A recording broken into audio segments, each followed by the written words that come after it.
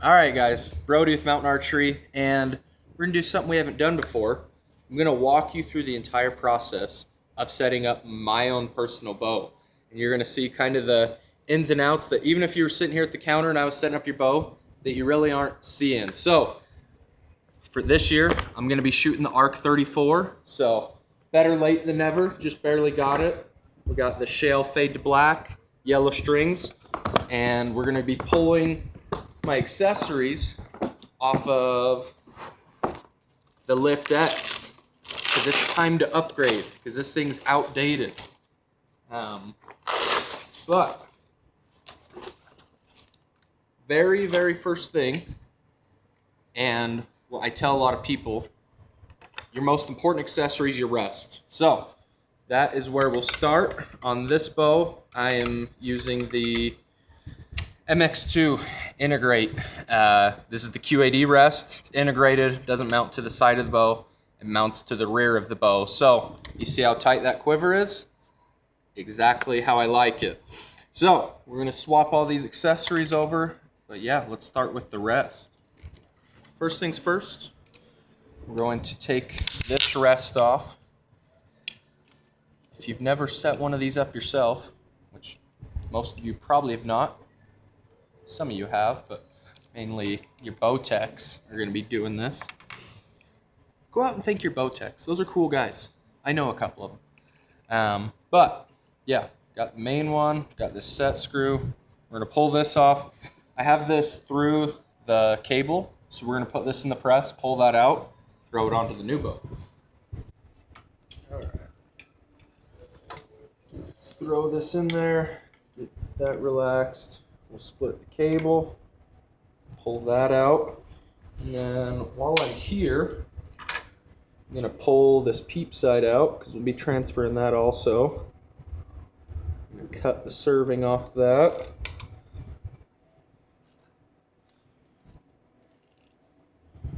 And then, especially with this one being solid color, we're going to take a little bit of serving, put it back there in the string as a string splitter so that the next hooligan that ends up setting this up knows where to split the string for their Peep sight.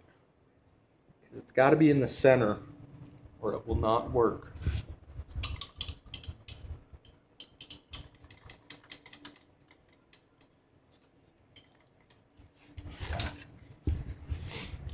Over here. It's time for new limb legs. What are we doing? If you have the lift and you're switching to the arc, you'll need the arc limb legs. So, yes, I need to be making a purchase today for new limb legs because if you don't have a bow with limb legs on it yet, if you can't just take your bow, throw your limb legs on like that and stand it up, you don't know what you're missing because it's quite glorious. So, let's take these. Open them up as wide as you can. The bottom limb pocket, Mathews is pretty ingenious. If you haven't seen their Engage, they have it where this just clips into the bottom, slide your legs forward, and then it tripods. And the cool thing about this is it's just attached to the limb pocket, so your cam is not in the dirt whatsoever. It's a pretty awesome system. But let's get right into throwing this rest on. All right, with integrated rest, most new bows are going to have the dovetail in the back of the riser. Like I said, it doesn't mount to the side. You do have a little line of reference there. Here's a little trick of the trade. I always like going a little low of that. I think those lines are set a little high. So I'm going to line up just low of that line. Tighten that down. With this one, if you ever do end up putting these on yourself, do not over crank that, just snug. Because you still have micro adjust here that you want to be able to move up and down. If you do that too tight, you risk breaking the small screw or not being able to use your micro adjust. So, and then you have this one that sits over the top, and this is what you can crank down. This is what snugs it down tight.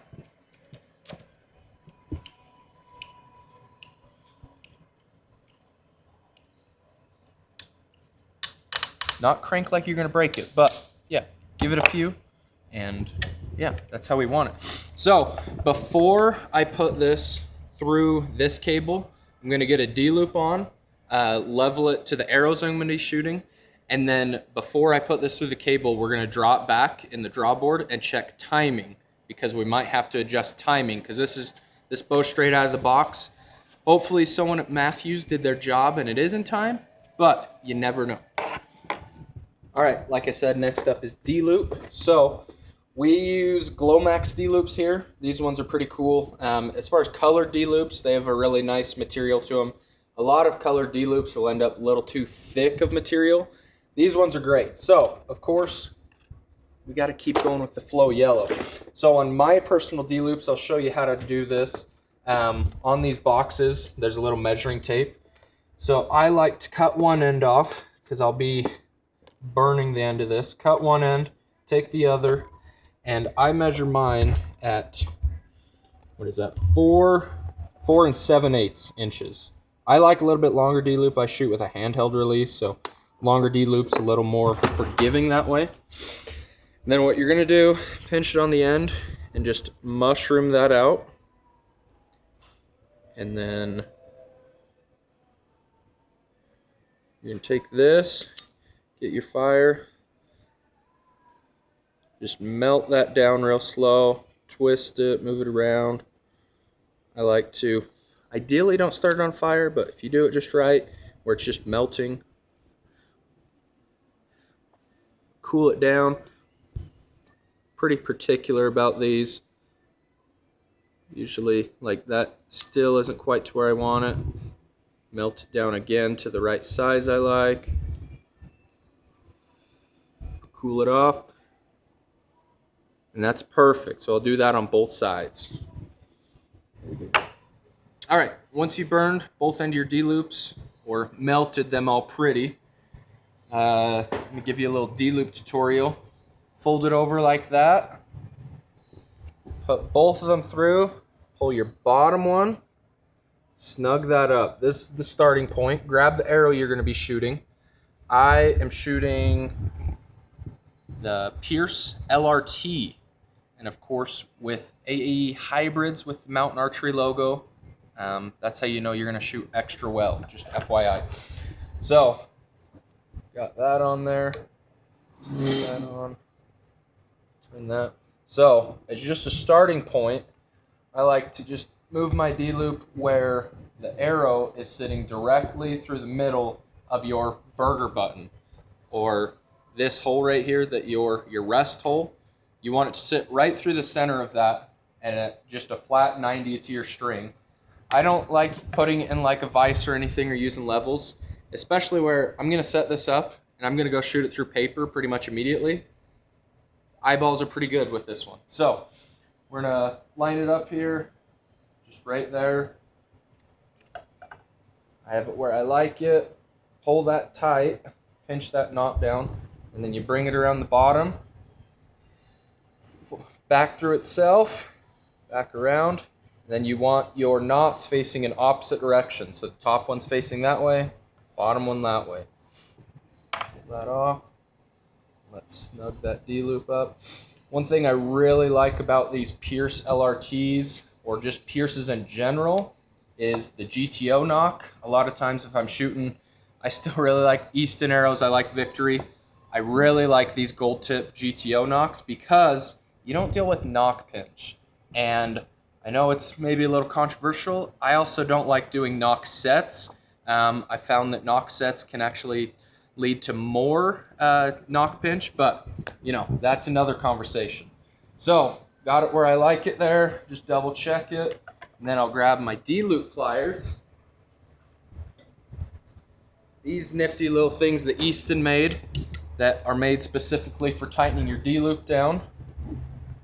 So we're gonna take this, I'm gonna hold that, and just, I'm not gonna crank on it, I'm just gonna snug it up and double check it. So once it's there, have a little bit of wobble in your knock, make sure you're not purposely having knock pinch, and it's right through the middle of the burger button.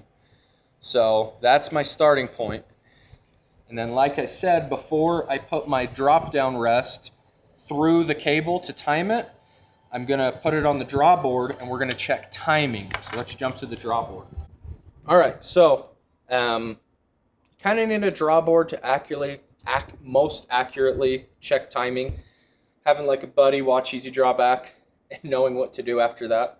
Probably not the best route, but everyone's got their own thing. I like using these draw boards that attach to our presses. Shout out to Last Chance. Put this on there, straighten that out, and then we'll just give this a drawback. And hopefully I did that D-loop good, or I'm gonna dry fire this and settle the limb pockets. So come around here and check the timing mark. So what we're looking for is these mods right here. This is what that back wall you feel when you hit your full draw. That's the solid feel. So that's touching right there, and then down on the bottom, it's touching there. So this is honestly, whoever put this together at Mathews, you did fantastic. It's in perfect time. So we can throw that drop down cord through the cable and just keep on trucking. So we'll throw this in the press. If you ever mess with the bow press, I didn't really mention it before because it's kind of just second nature now, but make sure your fingers of your press are lined up correctly to the width and everything and pressed in or out to certain bows to this bow. So right now this is set perfect. So I'm just gonna crank this down. You'll watch the tension just leave this. We're just pressing those limbs in. We got tension off of them. Now, I was worried about this. I think this cord is going to be too short for where Mathews has their serving. So, let's replace that cord first, just so we have enough length, because I think it's going to be too short to be in correct time. And then we'll do it. So, what we're going to do is take the Allen wrench, and this is actually the easiest rest to do this on. It's got Allen wrench bolt right under here that you're gonna loosen. Not to be confused with unloosen, you Idahoans. That would be to tighten. So, undo this. Take it out. Pull that out. And then this new one, we're gonna feed that right through. Actually, did I do that right?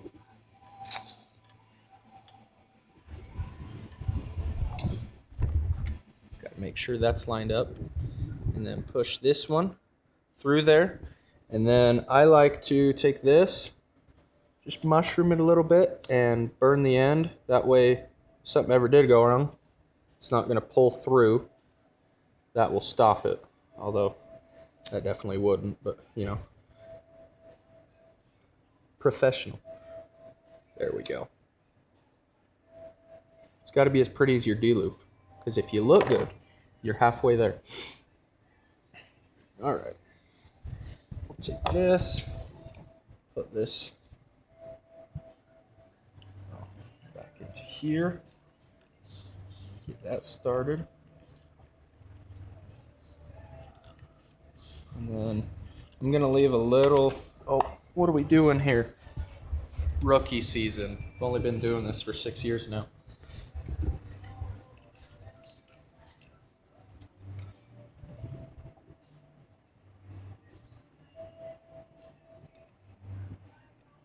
Okay, we're gonna leave a little more than a 1/4 inch out there. Snug that down, and we're ready to put that through the serving. All right, got that drop down cord replaced. So we're gonna take the tension back off the cables, take the new cord. Watch it not be long enough. You know how funny that'd be? Should be. So we're gonna take this, split the cable. I like splitting it splitting it this way. That way, if anything does have to come out of time and I have to add a twist, it goes straight rather than, you know, backwards. So we'll take this, split it as even as you can, put that cord through, Pull up on that. And while I'm doing this, I may as well throw my peep sight in just to get it in the string.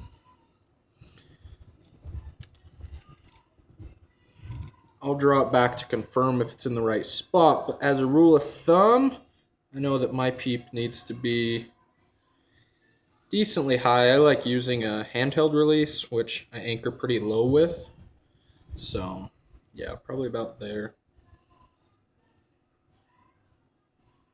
Throw the peep in. Pull up on that. If you're ever taking a bow out of the press and you want to know if all the cables are on, pull up on your main string, take the slack out, you'll feel if something's off.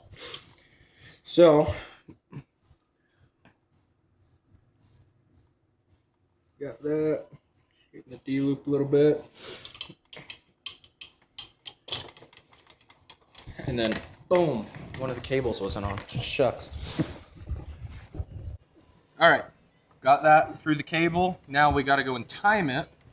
But before we do that, with this rest, it doesn't matter too much because when you adjust your left and right, it's just off the launcher. It isn't the whole rest moving.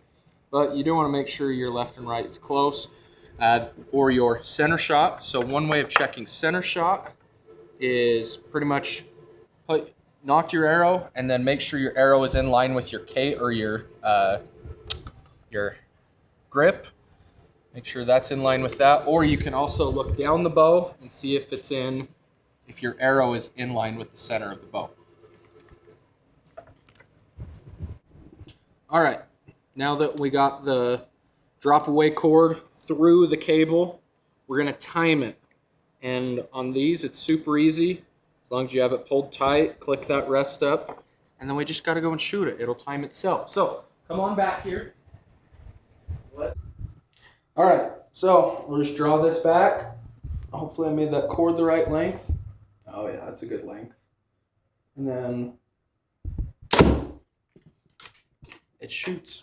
So, now that rest is in time, I just gotta tie that right there, and it's ready to rock. All right, now that I drew it back, shot it, it timed itself, I tied the end of that, just basic little knot, burned the end, and now it is stuck in the cable. So now it's time to get the rest of the accessories on. Sight, quiver, stabilizers can wait to the end. I'll put those on before we paper tune it. But running the, what is this, UV3. Mathews UV3. Integrate, bridge lock. Take that off, see how it sits into the riser, and then right into the next riser. And we're gonna use a new bridge lock screw because, yeah, that's why. Take that.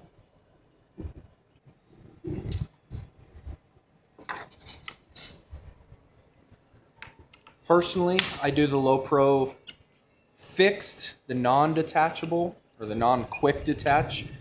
It's ever so slightly lighter weight, and it sits a little tighter the bow. All my favorite things.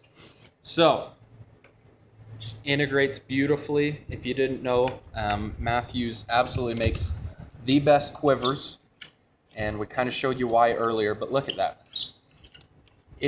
You can't get a quiver physically any tighter than that.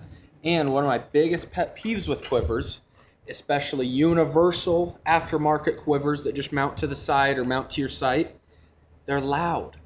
These make no sound whatsoever, as all quivers should. FYI, companies out there. So, get this thrown on there. Just fits so perfect. It's like it's meant to be. It's because it is meant to be. And then I'm gonna go and use this bow to shoot over the back of a giant mule deer. Again. All right, now that we have those, let's get my peep sight set. It should be close. It was twisting a little on me. But, step into the back and get peep sight set. All right, getting peep sight set. With a slider sight, this one is the 5-pin, so it's set at 60, so it's kind of in the middle. I recommend starting your sight somewhere in the middle when you're going to set your peep. If you set your peep where your sight's too high or too low, you're going to anchor differently where it feels funny, whether you're shooting at 20 or out to longer ranges such as 100. So, got it set at 60. Draw this back. Peep is twisted, but I can still, anchor points are solid. Honestly, I think it's just a touch high. So we're going to bring this down. Draw it back again.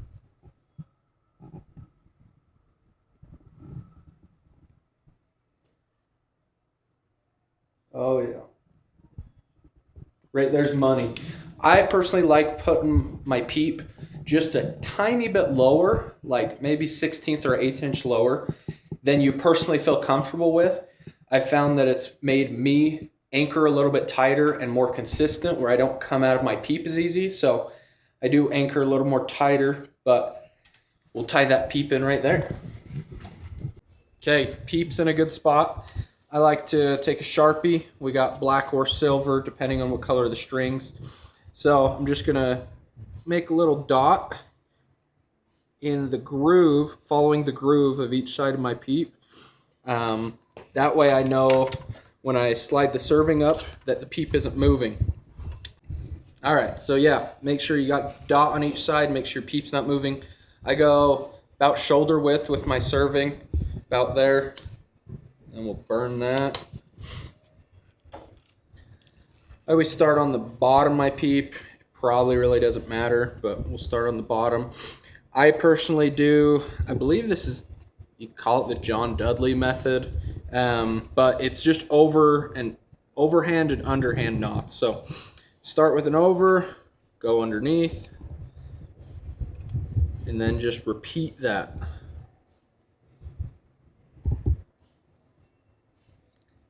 And it has to be pretty. If you don't tie your peeps in pretty, again, you will not be halfway there. And I stand by that. So I'll usually do about 3 top, 3 bottom, and then, well, or 4, whatever. 3, 4, 6, 7. We'll take this, wrap it around my fingers, hold on to the peep sight, and then push it up, that serving up tight to the bottom of the peep, because if your peep moves, you will not be consistent and or accurate. All of your consistency and accuracy revolves around your peep, so make sure your peep is tied in very tight.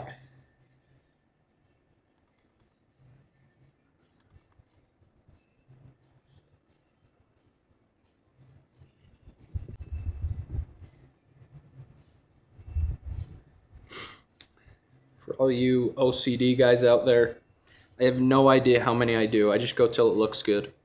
Every bow is a little different. If I had to guess, I'm not going to count. It's probably 10 or 12. So that's about how much I like. And then I always like finishing on top, double overhand, or I believe that's called a surgeon's knot. Pull it back through the last 2 knots you did, and then that pulls each tag in down to the side and underneath. And then you're going to take this. Do not burn your string, just the serving. Push that down.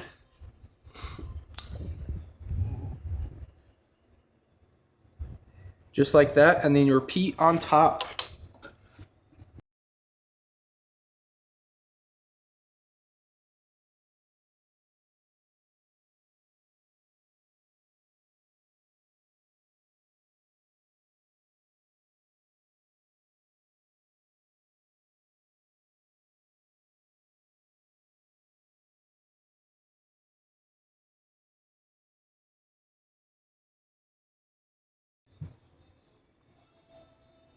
If people could only feel the calluses that are being...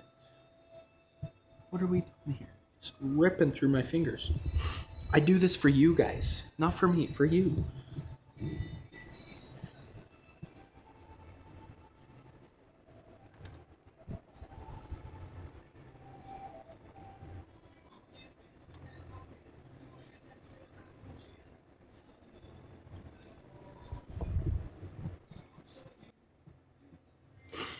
All right, you want to go till they're about even. We need to do a couple more.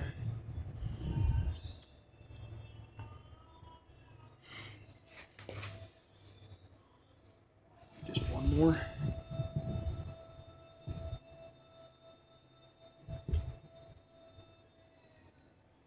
Double overhand to finish. Pull it through those last two.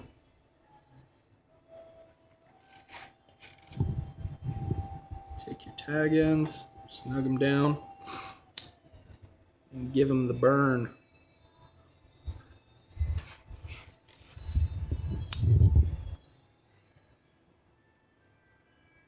There's many ways to tie in a peep, many ways to skin a cat. This is one of the ways that works, because that peep is not moving now. And then I personally like to tie around the peep itself. You just never know. I haven't personally had one fly out, but I see customers come in every now and then that didn't have it tied around their peep, and somehow it goes flying out. Mostly with dry fires, but you know.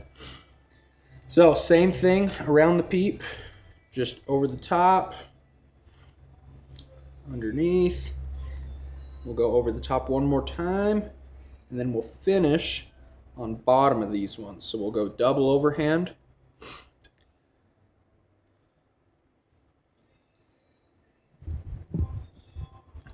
Pull that tight.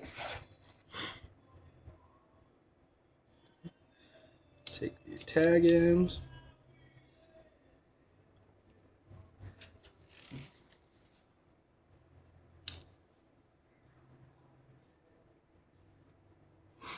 Oh, gorgeous. Peep tied in. This bow's ready. Yep. Last step, we got to strip this bow completely naked. And take the quick disconnect off. Yep. Got on here. Throw it onto the new bow.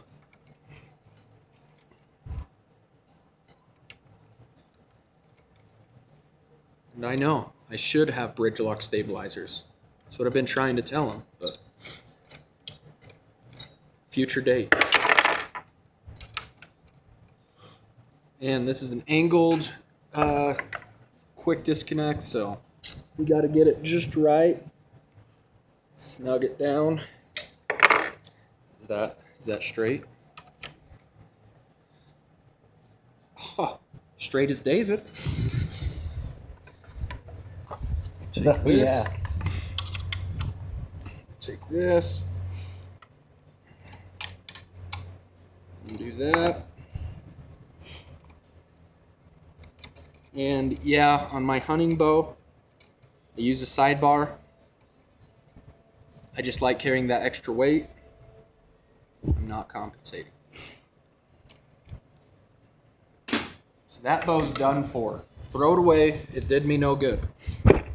Just kidding. That was one of my favorite bows I've ever shot. And hopefully this one treats me just as well, other than a little bit better in the animal department.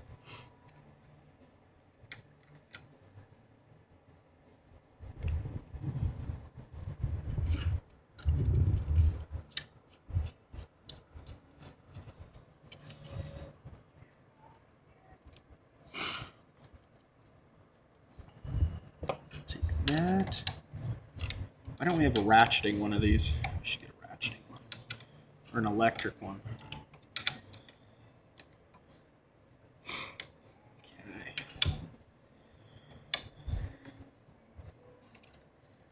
Bars on. We're going to kick that out a little bit more. Oh.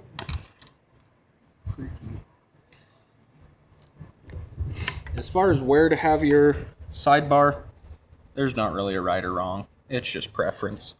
I just go off feel. I like my bow to lean a little bit to the left.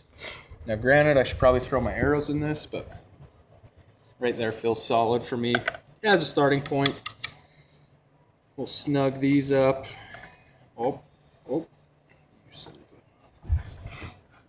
Snug these up. And then throw these into the beautiful quiver. Oh my goodness, look how tight that is. If there's a quiver on the market that's tighter than this, we don't know of one. So let us know if you find one, because I guess your arrows will just be inside of your riser at that point. Did I just come up with a good idea? One. Oh my gosh. Arrow lock. Bow company's like, what did he just say? That's a goddamn now, genius. the best part, got a paper tune. Yonder. All right. Paper tuning. So, it is a brand new bow. I've literally put one arrow through it. This isn't the end-all be-all, but this is a fantastic starting point.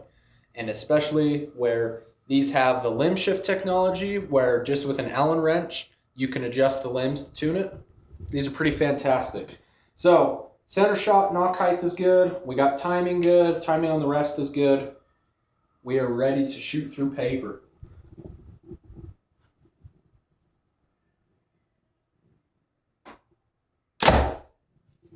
Okay, come take a look. So right now it's kicking, point went through there and it kicked straight right. Up and down is great, so we know that knock height and timing is pretty dang good. So, and I have center shot as far as left and right on the rest where I want it. So I don't want to move the rest at all, because when you move the rest to tune it, you're just kind of compensating for what else might be out. So we are gonna limb shift it. So with limb shift, like I said, just an Allen wrench. From the factory, Mathews actually already has both top and bottom cam pushed a little to the left, which kind of makes sense why we're kicking tail right. So we're gonna undo this, hold that, and then I'm gonna take this, and we'll move that line. I'm gonna go, yeah, let's go one full turn. That's kind of a lot, but I think that's how much we need to go. It's just one line to the right, and then I'm also going to bring the bottom cam back over to the center, because it's just slightly to the left also.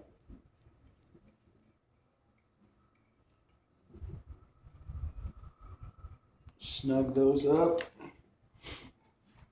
Bottom cam.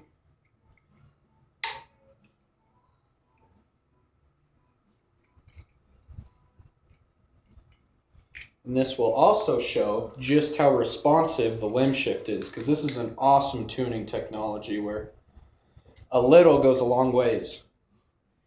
So I would have to bet that this will either be a bullet hole, or we may have even jumped a little tail to the left. But we'll see.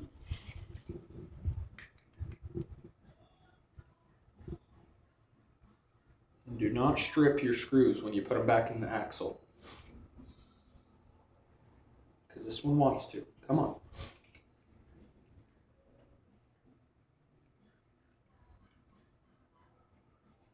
There we go. It shouldn't be that hard, but it's on camera. They can be. So They can be a little finicky. Don't strip them out. Just remember, Patience. if it gives you resistance, go hard. Patience.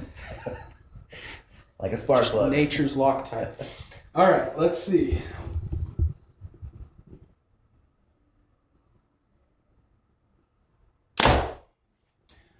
All right, so like I said, I went a little too far, and so now we went from tail right to tail left. So I think literally what we need to do is one full turn on the top was too much. So I'm going to take this, back off.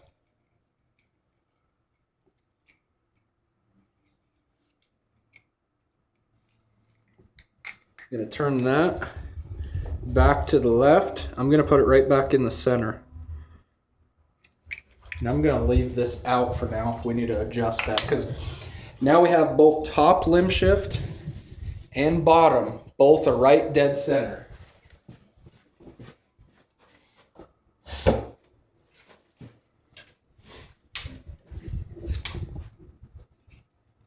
And we're doing one take. Everyone knows the rules, because I'm not lying.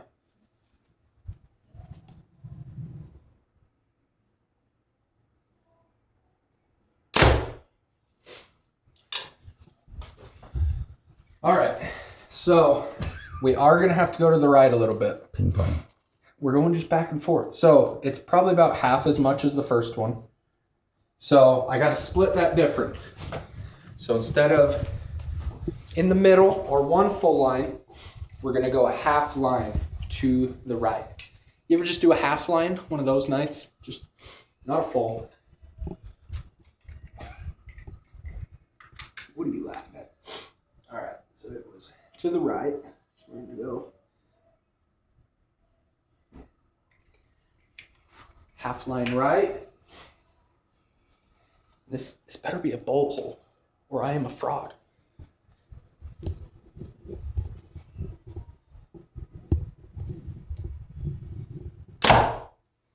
Oh, looky there. Well. I mean, if you want to pick that apart in the comments, I don't care, because that is going to do for now. This is literally, we got 5 shots through this bow. I probably need to put a few hundred through it, see if those strings settle at all. But literally, now all I need to do is go and sight in, and this Mathews is ready to rip for the year.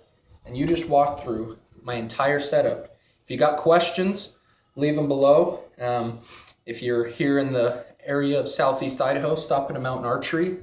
And if not, go into your local bow shop and get yourself a new bow, because how exciting is that? So pretty. Thanks, guys.